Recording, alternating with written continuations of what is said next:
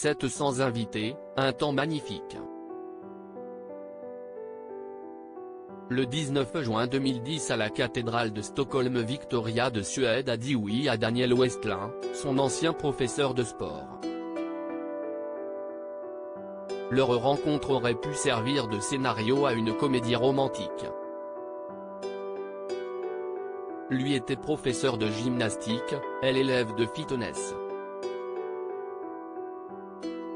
En 2002, ils commencent à se fréquenter mais ce n'est que 8 ans plus tard que les deux tourtereaux se diront oui devant un parterre de têtes couronnées.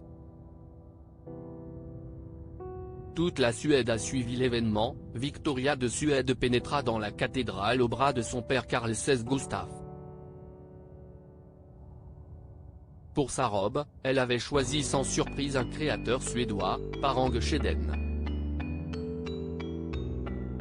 Sa traîne faisait 5 mètres de long soit 2 mètres de moins que celle de Lady Di.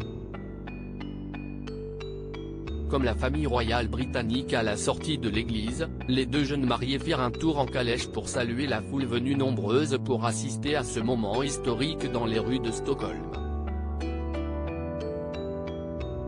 Albert de Monaco accompagné de Charlène, qui n'était pas encore son épouse, Laetitia d'Espagne et le futur roi Felipe. Les grandes têtes couronnées du continent avaient fait le déplacement. Cet événement marquera d'ailleurs la première sortie officielle du futur couple princier monégasque.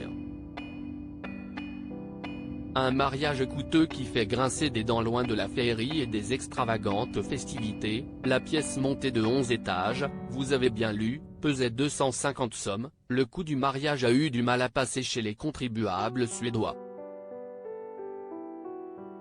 Le mariage de l'héritière au trône a coûté plus de 10 millions d'euros, 100 millions de couronnés, la monnaie locale, mais seul 10% de cette somme a été payée par le roi, qui a demandé une rallonge à l'État.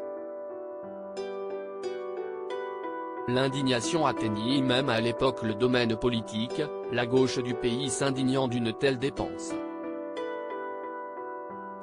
De l'eau au moulin des abolitionnistes. Loin des polémiques très terre-à-terre, les deux jeunes mariés s'envolèrent au milieu de la nuit, direction Bora Bora, pour profiter d'une très belle lune de miel, à leurs frais, on imagine.